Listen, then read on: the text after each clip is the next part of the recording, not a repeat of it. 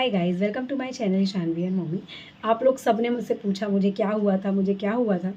तो आज मैं आपको शॉर्ट में बताने के लिए आई हूँ कि एक्चुअली मेरे साथ क्या हुआ था। अभी मैं ठीक नहीं हुई हूँ बिल्कुल, वो तो आप मेरी शक्ल देख के समझ सकते हो कि मैं ठीक नहीं हुई हूँ, लेकिन फिर भी अब मैं बेटर फील कर रही हूँ काफ़ी हद तक। बस कमज़ोरी है तो वो भी कुछ दिन में सही हो जाएगी। लास्ट वीडियो जिन लोगों ने देख लिया वो समझ गए होंगे कि क्या हुआ था, बट क्योंकि मैं उस समय भी उस कंडीशन में नहीं थी कि पूरी प्रॉपर तरीके से बात कर सकूँ, और वैसे मैं आज भी नहीं हूँ पूरी उस कंडीशन में, बट अभी मैं फिर भी ठीक हूँ। बस अब मेरा हीलिंग टाइम चल रहा है और अब वो मैं जल्दी से रिकवर कर लूँगी, मुझे पता है। तो एक्चुअली हुआ ये था कि दिसंबर के बाद से ही ना मेरे पीरियड्स इरेगुलर हो गए थे बिल्कुल। कभी आ रहे थे, कभी मतलब बिल्कुल रैंडम थे। तो मुझे लगा कि मैं बाहर का खाना ज़्यादा खा रही हूँ आजकल, तो इसीलिए मेरे को कोई ऐसे इशू हो रहा होगा। तो मैंने उस चीज़ को इग्नोर करा, सही बताऊँ मैंने उस चीज़ को टोटल इग्नोर करा। लेकिन फिर ना अराउंड 26 जनवरी के आसपास, हाँ 26 जनवरी के दिन ही मुझे थोड़ा सा अजीब सा लगा। मतलब मेरे को बहुत ही कॉन्स्टिपेशन टाइप की प्रॉब्लम हो रही थी, बहुत ज़्यादा खाना नहीं खाते बन रहा था, बहुत सी दिक्कत हो रही थी। तो फिर मैं डॉक्टर के पास गई एंड डॉक्टर ने सजेस्ट किया कि आप एक बार टेस्ट करो। तो मैंने टेस्ट तो घर पे भी 4-5 बार किए थे, तो हर बार ना एक डार्क लाइन आई थी, एक लाइट लाइन आ रही थी, जो कि कंफर्म नहीं कर पा रही थी कि प्रेगनेंसी है या नहीं है करके। तो मैं डॉक्टर के पास वो किट भी लेके गई कि उसकी फ़ोटो लेके गई कि आप लोग देख लो कि 4 किट मैंने यूज़ करी, चारों में सेम, एक लाइन डार्क एक लाइन लाइट आ रही थी। तो उन्होंने बोला सोनोग्राफी करवा लेते हैं। जब हम लोगों ने 26 जनवरी के दिन सोनोग्राफी करवाई, तब ये हम लोग को पता चला कि मैं 7th वीक से प्रेग्नेंट हूँ, 7 हफ्ते से। 7 हफ्ते बोले तो 1.5 मंथ के आसपास। तो क्योंकि मुझे उस समय बेबी का था नहीं कि मुझे चाहिए है, और क्योंकि मैंने अपनी केयर भी नहीं की थी, तो मुझे ये लगा था पता नहीं बेबी हेल्दी होगा नहीं होगा करके।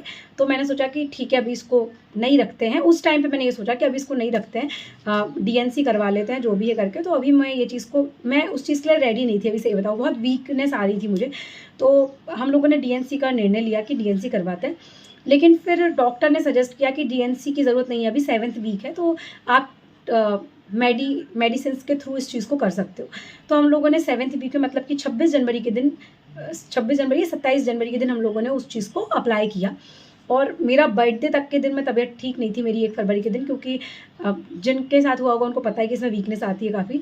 तो 5-6 दिन का ये प्रोसेस चला एंड मेरे हिसाब से सब कुछ क्लियर हो गया था, और मुझे लगा कि अब मेरी प्रेगनेंसी नहीं रही है करके। तो मुझे लगा अब ये चीज़ ओवर हो गई है।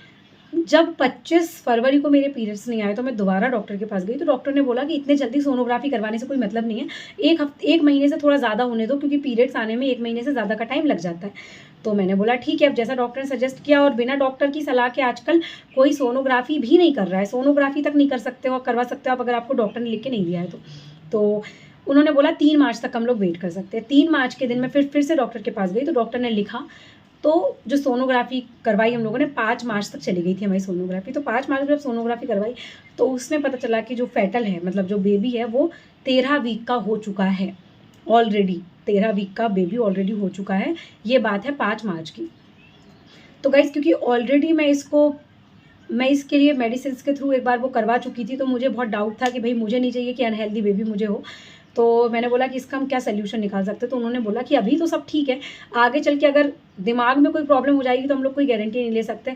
तो देखो गाइस, मैं सही बताऊँ आपको, मेरी ज़िंदगी ना बहुत अच्छी चल रही है। मैं नहीं चाहती कि मेरी ज़िंदगी में, हम लोग की ज़िंदगी में कोई भी ऐसी दिक्कत आए जिसकी वजह से कि हम लोग अभी इतनी अच्छी लाइफ जी रहे हैं, बिल्कुल ड्रीम लाइफ जी रहे हैं हम लोग। मैं नहीं चाहती थी कि ऐसी कोई भी प्रॉब्लम हो जिसकी वजह से हम सफ़र करें, या हमारा होने वाला बच्चा कोई भी सफ़र करे, या फिर हमारी फैमिली सफ़र करे।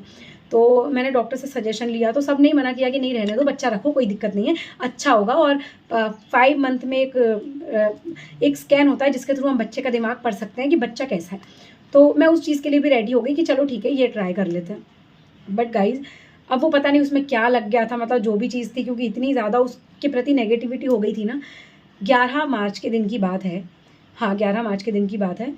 उस दिन, उसके पहले हम लोग ना सारे डॉक्टर्स वगैरह पर विजिट कर चुके थे, ये स्कैन के लिए कि एक बार बेबी का स्कैन दिमाग पढ़ ले हम लोग, कि दिमाग में सब जो भी जिस तरीके होता होगा। हो सकता है कि मैं वो एक्चुअल वर्ड ना बोल पा रही हूँ, तो भाई अगर कोई मेडिकल वाले हो तो मेरे को वो मत करना कि ये बोला, मुझे उसके बारे में नॉलेज नहीं है। बट ऐसा कोई स्कैन होता है जिस स्कैन के थ्रू हम बच्चे के दिमाग को थोड़ा पढ़ सकते हैं कि इज इट ओके और नॉट, मतलब बच्चा ठीक ठाक होगा कि नहीं। और वो स्कैन 8वें-9वें महीने तक हमेशा चलता रहता है, काइंड ऑफ ऐसा कुछ होता है। तो हम उसके लिए डॉक्टर के पास भागे, बट हर डॉक्टर ने मना कर दिया कि अभी वो स्कैन नहीं होगा, 5वें मंथ में ही होगा। तो हमने कहा ठीक है, हम उस चीज़ के लिए फिर ओके हो गए, हम लोग घर आ गए। और फिर बस मैं टेंशन में ही थी कि पता नहीं क्या होगा, क्योंकि मैं नहीं चाहती यार कि आगे चल के कोई चीज़ दिक्कत हो। अब 11 मार्च के दिन की बात है। मैंने ना नॉर्मल जैसे खाना खाते हैं वैसे ही खाना खाया था। मेरा सर दर्द हुआ था, मैंने सर दर्द के लिए मेडिसिन ली थी। बल्कि मैं कभी भी मेडिसिन नहीं लेती हूँ, पीरियड वगैरह मुझे कभी कोई दर्द होता ही नहीं है। मैंने कभी पीरियड पेन फील ही नहीं किया आज तक, मतलब जितने साल भी हो गए होंगे मैंने कभी फील नहीं किया। इवन मेरी ईशान भी हुई सी सेक्शन से। इतनी स्मूथ डिलीवरी मुझे, मतलब अगर मुझसे कोई बोले ना कि बच्चा पैदा करने का दर्द, तो मैं अब बोल सकती हूँ कि बच्चा पैदा करने का दर्द क्या होता है। वरना इससे पहले अगर आप मुझसे 8-10 दिन पहले पूछते तो मैं बोलती हूँ क्या होता है दर्द, कुछ नहीं होता है। मैं मतलब बिल्कुल ऐसे ही बात करती थी ऑनेस्टली। 11 मार्च के दिन मुझे एकदम से बहुत तेज मेरे पेट में दर्द हुआ, एक्सट्रीम दर्द हुआ, मतलब कि एक्सट्रीम दर्द हुआ।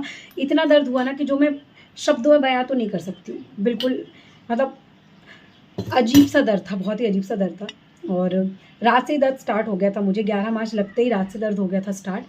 दिन की बात है, अराउंड 1-2 बजे मैं दलिया वलिया खाया और एकदम से मेरा पेट ना इतना दर्द हुआ है कि मैं चीखे मार मार के रोई हूँ। इतना ज़्यादा दर्द हुआ है मुझे।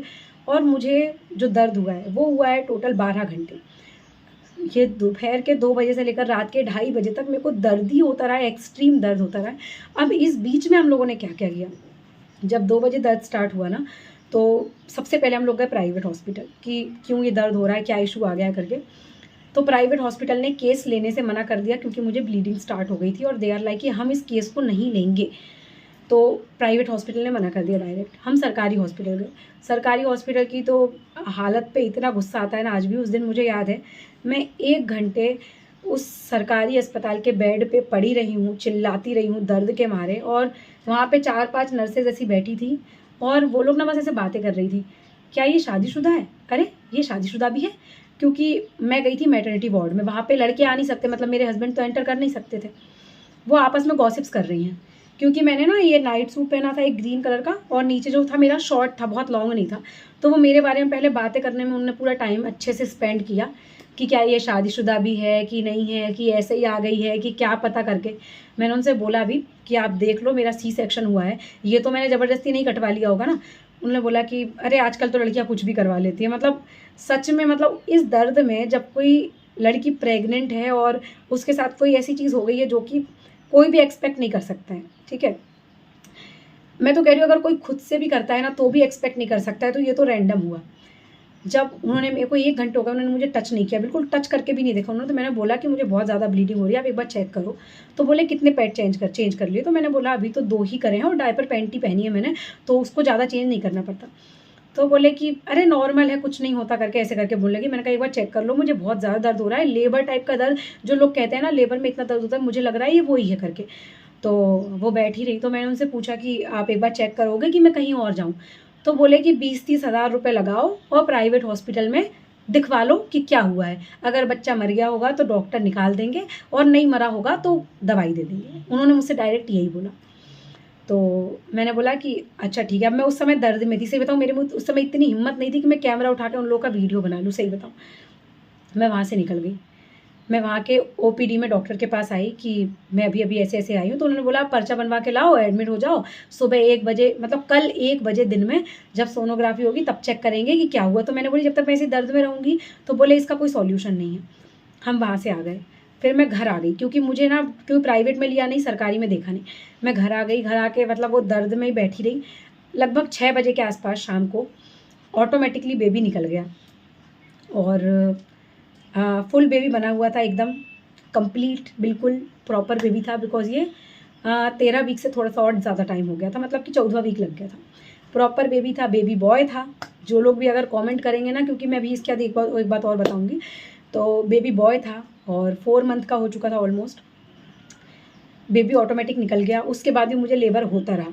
रात में 11-12 बजे तक मैंने जैसे तैसे उसको सहन किया। फिर हमारे पास में एक प्राइवेट हॉस्पिटल है, वहाँ हम लोग गए, वहाँ पे एडमिट हुई। तो वहाँ पे मेरे हस्बैंड से वो डॉक्टर बोलते हैं कि तुम जबलपुर गए होंगे, वहाँ पे तुम लोगों ने कुछ चेक करवाया होगा और चेक करवाने के बाद जब तुम्हें पता चल गया होगा कि तुम्हारे पेट में लड़की है, तो you did all this things by your own, है ना, मतलब आपने खुद से ये सब किया है करके।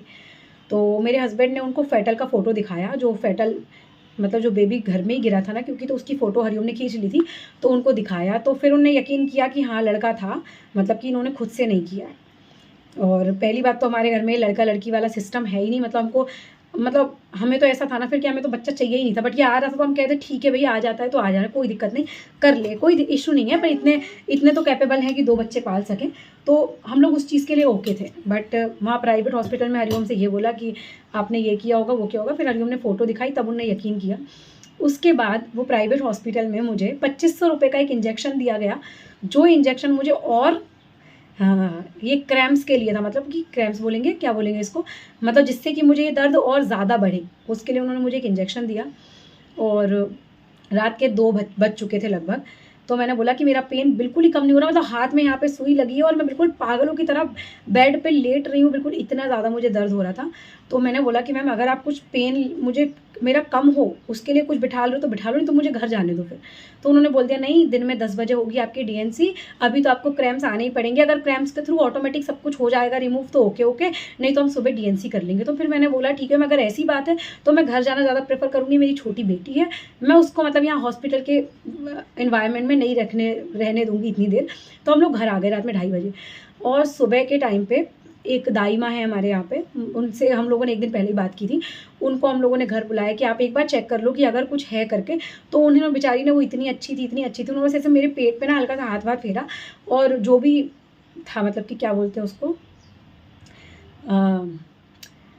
जो हमारा जिसके थ्रू बेबी कनेक्टेड रहता है ना, क्या बोलते हैं उसको, मुझे वर्ड ही आ रहा है, मतलब कनेक्टेड हमारे बेबी के थ्रू, जिसके थ्रू उसमें खाना जाता है, क्या बोलते हैं उसको, मुझे पता नहीं, कभी एकदम से नाम याद नहीं आ रहा, मुझे एकदम से कोई शब्द पकड़ में नहीं आ रहा बिल्कुल, मैं उसको बोलना भी चाह रही हूँ। जो कॉर्ड होती है ना उसके थ्रू जो जुड़ा होता है और बेबी जुड़ा होता है, वो है ना, तो वो निकल गया, मतलब वो आंटी जी आए, उन्होंने कुछ कुछ जो भी किया ऐसे हाथ से पेट पे, और वो निकल गया।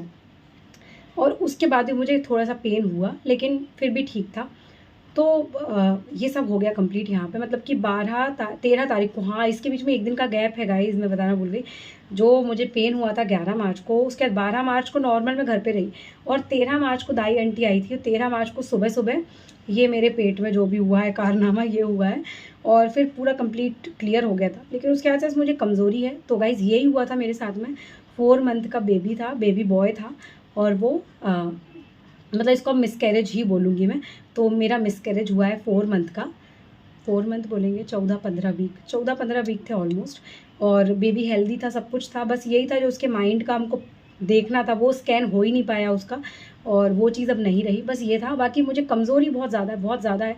इतनी कमज़ोरी मुझे सी सेक्शन में भी नहीं हुई बिल्कुल, मतलब मुझे सी सेक्शन का सबसे अच्छा, अगर मुझसे अभी तक कोई बोलेगा ना ट्रीटमेंट, तो मैं बोलूँगी सी सेक्शन भैया, मतलब सी सेक्शन करवा लो, थोड़ा सा पैसा लगेगा पर मज़ा आ जाएगा। और एक बात ना, सरकारी अस्पताल तो जाना ही मत, सरकारी अस्पताल जाएंगे तो आधा इंसान मरा हुआ वापस आता है मेरे हिसाब से और तो बस यही हुआ था मेरे साथ, बस ये अभी मैं हीलिंग टाइम में हूँ, एंड अब मैं अच्छा फील कर रही हूँ, अच्छा फील कर रही हूँ। बस नारियल पानी वगैरह कुछ कुछ पीती रहती हूँ, खिचड़ी दलिया खाती रहती हूँ, फ्रूट्स खाती रहती हूँ, थोड़ा बहुत काजू किशमिश, और अभी सही चल रहा है। आँखें दर्द हो रही है मेरी, इसके लिए अगर कुछ बता सको तो आप बताना। मेरी आँखें है ना बिल्कुल खुलती नहीं है, मतलब ऐसा लगता है सर दर्द होता है मेरा और आँखें नहीं खुलती हैं, इसके लिए मुझे कुछ बताओ। हल्का हल्का पेट दर्द होता है मेरा, और मैं बाकी अभी एंटीबायोटिक्स वगैरह सब कुछ ले रही हूँ मैं। तो गाइज़ बस यही था, बाकी अब मैं ठीक हूँ, बिल्कुल ठीक हूँ, और कुछ दिन में बस हील हो जाऊँगी एकदम प्रॉपरली। और बाकी जिन लोगों को भी डाउट था, मुझे बहुत से लोगों के मैसेज भी आए थे इंस्टा पे कि आप जो आपका हमें समझ में आ रहा है कि आपका मिसकैरेज हुआ है, तो शायद बेबी गर्ल होगी इसीलिए रैंडमली मिसकैरेज हो गया। तो नहीं गाइस, बेबी बॉय था, बेबी गर्ल नहीं थी, और 4 मंथ की प्रेगनेंसी थी। और जो हम लोगों ने पहले सोचा था कि हाँ ये बेबी के लिए, तो वो हमने इसलिए सोचा था क्योंकि हम लोगों ने एक बार उसको मेडिसिन के थ्रू वैसे कर लिया था, तो हमें डर था कि कहीं उसमें कोई प्रॉब्लम ना हो जाए। बिल्कुल सही बात यही है, बिल्कुल अगर एक बार भी उसमें कोई ऐसे इशू नहीं हुआ होता ना, तो हम लोग तो बिल्कुल रेडी थे कि हाँ भैया ठीक है। लेकिन अब वो चीज़ इस तरीके से हो गई, और अब वो हमारे हाथ में तो थी नहीं बिल्कुल भी। बस अभी ठीक हूँ मैं, और यही हुआ था बस। अब जब कभी दोबारा प्रेग्नेंट होंगे तो बिल्कुल अच्छे सेहतमंद बन के होंगे, है ना, नहीं तो नहीं होंगे। बाकी ऐसे कमज़ोरी के साथ में प्रेगनेंसी, मैं नहीं चाहती कि कोई भी बच्चा दुनिया में आए और फिर हम सफ़र करें या वो सफ़र करे, और फिर हम ये सोचें कि अरे यार ये क्या हो गया क्या नहीं हुआ करके। तो उससे अच्छा है कि भाई अगर पहले कोई चीज़ हो गई है तो ठीक है, भगवान ने जो चाहा वो हो गया करके। बाकी दुख तो होता है, कोई भी इंसान हो, चाहे किसी का ऑटोमेटिक हो, चाहे कोई करे, चाहे कुछ भी हो, लेकिन दर्द तो होता है कि भाई कोई चीज़ थी हमारे शरीर के अंदर, पल रही थी, और मैंने उसको देखा ना, बिल्कुल प्रॉपर ऐसे बेबी बना हुआ बेबी था एकदम, तो वो थोड़ा सा दर्द होता है। बाकी ठीक है, अभी मैं हीलिंग टाइम में हूँ, बहुत जल्दी हील हो जाऊँगी, और बस यही हुआ था मेरे साथ। बाकी मैं बिल्कुल ठीक हूँ। बहुत से लोग कंफ्यूज थे कि ऐसा क्या हो गया, तो बस यही था डियर। और बाकी मुझे पहले कंफर्म नहीं था, तो मैं आप लोगों के साथ ये न्यूज़ बहुत अच्छे से शेयर करती। अगर मुझे ये चीज़ पता होती कि हाँ इस तरीके से है, तो मैं इसको कितने अच्छे से आप लोगों के साथ न्यूज़ को शेयर करती। एकदम ऐसे छुपा छुपा के तो नहीं रखती, सीधी सी बात है। तो गाइज़ वो पहले चीज़ कन्फर्म थी नहीं, जब कन्फर्म हुई तो वो इस तरीके से हुई कि वो चीज़ कहीं ना कहीं डर के साथ में कन्फर्म हुई कि भाई ऐसा भी हो सकता है, और आखिरी में उसका अंजाम ये रहा। तो बस ये था। बाकी अब मैं ठीक हूँ और यही हुआ था, बाकी और कुछ भी नहीं है। बाकी आप लोग को अगर पता हो आँखें दर्द के लिए मैं क्या करूँ, तो प्लीज़ मुझे बताना। मोबाइल से तो मैं बिल्कुल दूरी बना के रख रही हूँ, जितना कम हो रहा है उतना मोबाइल चला रही हूँ मैं। तो आप लोग बताना कि आँखों के लिए मैं क्या करूँ। बहुत ज़्यादा दर्द हो रहा है मुझे, काफ़ी ज़्यादा एकदम वो हो रहा है। बाकी अब मैं ठीक हूँ, है ना। तो बस आप लोगों ने, जिन लोगों ने पूछा था कि क्या हुआ था, तो बस ये हुआ था गाइज़, और अब मैं ठीक हूँ।